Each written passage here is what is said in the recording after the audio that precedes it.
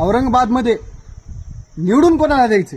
तर आज डॉक्टर बाबासाहेब आंबेडकर असले असते तर त्यांनी नक्कीच इम्तियाज जलील सारख्या उच्च शिक्षित माणसाला निवडून द्यायचे जनतेला आव्हान केले असते. कारण या मागच्या 5 वर्षामध्ये एकही जातीय दंगल झाली नाही. इम्तियाज जलील महाराष्ट्रातला एकमेव असा खासदार आहे की 545 खासदारापैकी असा एकमेव खासदार आहे की तो नरेंद्र मोदीच्या आणि अमित शहाच्या डोळ्यात डोळे घालून बोलतो. त्यामुळे मला तर असं वाटतंय की केंद्रामधूनच आदेश आलेत की आम्हाला औरंगाबादमधून कोणीही पाठवा, पण इम्तियाज जलील नको. मग जनतेने ठरवायचंय की आपल्याला कोणाला निवडून द्यायचंय. मित्रांनो, तुमचं भाग्य आहे की इम्तियाज जलील सारखा खासदार तुम्हाला लाभलाय. यानंतर असा खासदार लाभणार नाही. आणि मला मुस्लिम समाजाला बी आव्हान करायचे की तुम्ही इम्तियाज जलीलला डावलू नका. तुमचं एकही मतदान इकडे तिकडे येड्या गबाळ्याला जाऊ देऊ नका.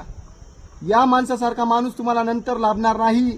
तो एकमेव असा माणूस आहे की तो मुस्लिम खासदार म्हणून तिथं निवडून गेलेला आहे आणि सर्व जाती धर्माला सोबत घेऊन चालतो आणि सर्व जाती धर्माचे प्रश्न तिथं संसदेमध्ये मांडतो आणि सर्व 545 खासदाराच्या तंबूत घाबराट सोडतो. तो म्हणजे इम्तियाज जलील. त्यामुळे त्यांना निवडून द्यायचंय आणि त्यांनाच आपण प्रचंड मताने निवडून द्यायचंय. ही अशी हात जोडून विनंती आहे जनतेला.